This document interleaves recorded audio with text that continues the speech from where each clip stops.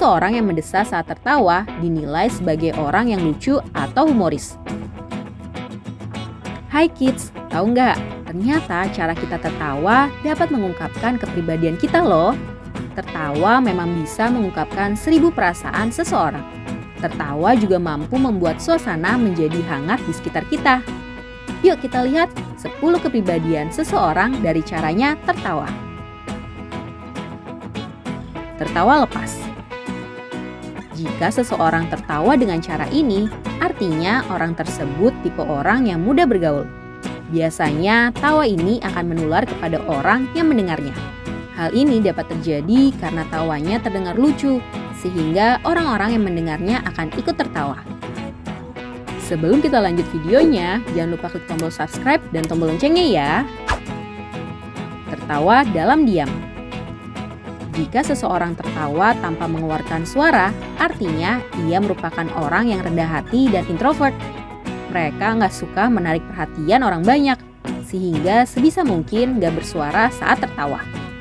Ia juga tipe orang yang aktif, tapi nggak terlalu berlebihan. Sifatnya yang dewasa mampu membuat orang lain senang bersahabat dengannya.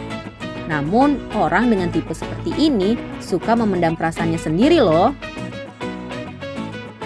Tertawa mendesah. Seseorang yang mendesah saat tertawa dinilai sebagai orang yang lucu atau humoris.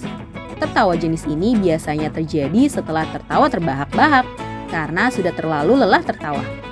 Biasanya ia juga sangat suka bersikap apa adanya. Tertawa terbahak-bahak.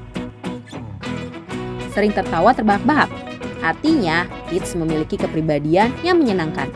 Seseorang yang seperti ini cenderung apa adanya dan gak gampang berubah-ubah.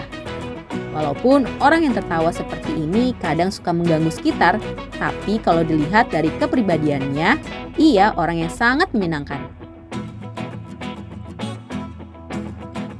Tertawa melalui hidung.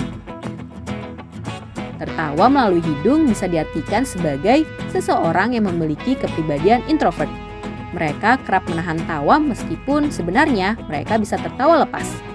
Orang yang tertawa dengan gaya seperti ini merupakan pribadi yang sering menyembunyikan perasaannya. Tertawa sambil menghembuskan nafas.